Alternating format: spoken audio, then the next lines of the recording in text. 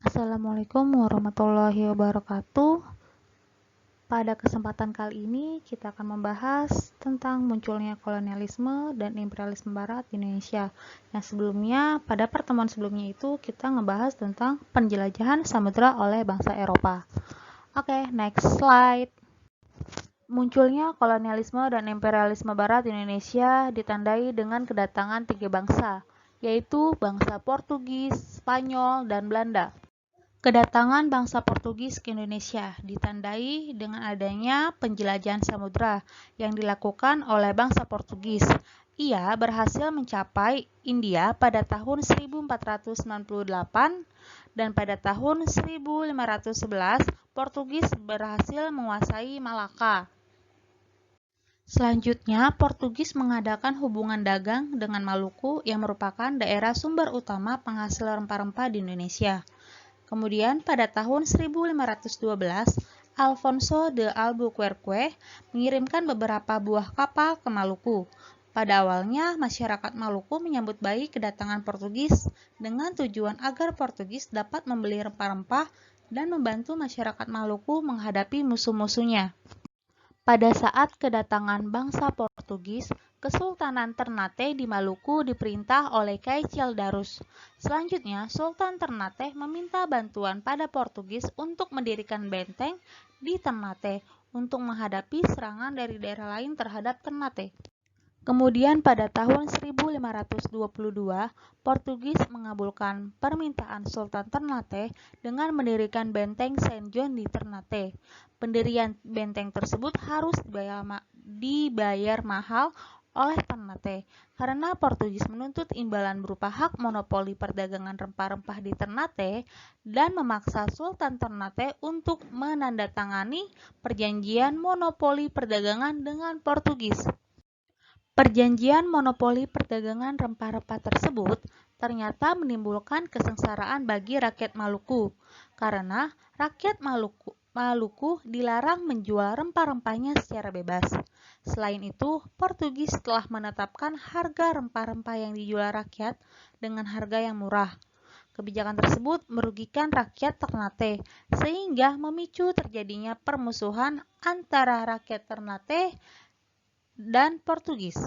Selain mengadakan monopoli perdagangan rempah-rempah di Maluku, bangsa Portugis juga aktif menyebarkan agama Katolik yang dilakukan oleh Franciscus Xaverius.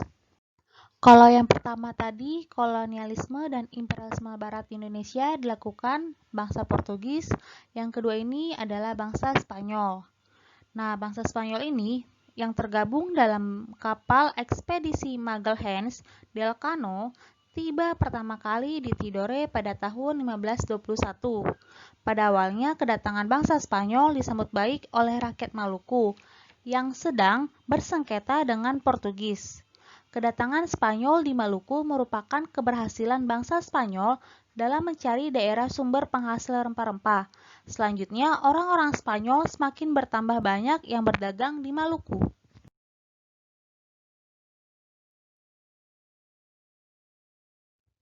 Bagi Portugis, kehadiran Spanyol tersebut merupakan pelanggaran atas hak monopoli perdagangan rempah-rempahnya di Maluku, sehingga timbul persaingan antara bangsa Portugis dan Spanyol dalam perdagangan rempah-rempah di Maluku. Dalam konflik antara Portugis dan Spanyol tersebut, Sultan Ternate bersekutu dengan Portugis, sedangkan Sultan Tidore bersekutu dengan Spanyol. Untuk menyelesaikan sengketa di Maluku, Portugis dan Spanyol menempuh jalur perundingan yang dilaksanakan di Saragossa atau Spanyol pada tahun 1529. Perundingan dua bangsa ini menghasilkan kesepakatan yang disebut dengan Perjanjian Saragossa. Isi perjanjian dari Saragossa ini yaitu yang pertama, Spanyol harus meninggalkan Maluku dan melakukan perdagangan di Filipina. Yang kedua, Portugis tetap melakukan kegiatan perdagangan di Kepulauan Maluku. Nah, berdasarkan perjanjian tersebut, akhirnya si Spanyol ini segera meninggalkan Maluku. Selanjutnya, bangsa Portugis berusaha keras menguasai perdagangan rempah-rempah di Maluku dengan melakukan praktik monopoli.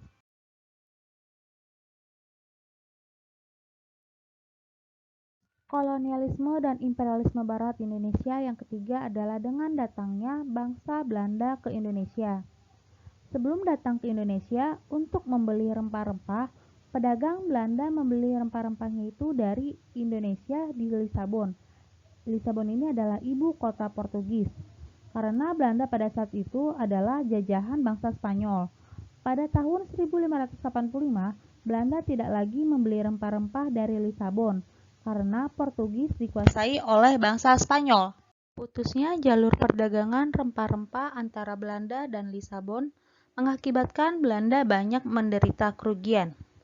Oleh karena itu, bangsa Belanda mulai mengadakan penjelajahan samudera untuk mencari daerah penghasil rempah-rempah, yaitu Indonesia. Pada bulan April 1595, Belanda memulai pelayarannya menuju Nusantara dengan memakai 4 buah kapal di bawah pimpinan Cornelis de Houtman dan de Keyser dengan menempuh rute Belanda, pantai barat Afrika, Tanjung Harapan, Samudra Hindia, Selat Sunda, sampai ke Banten.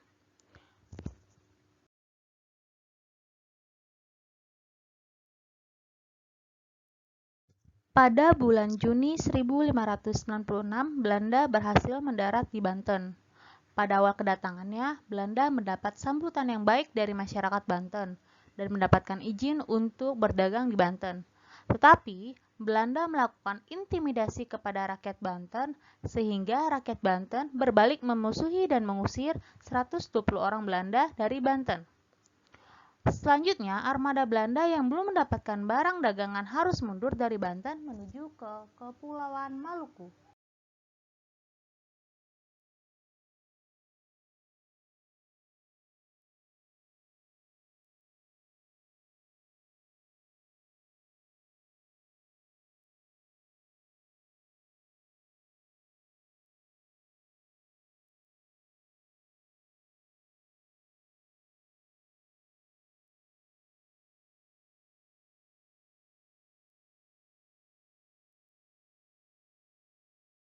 Thank you for attention. See you the next PowerPoint.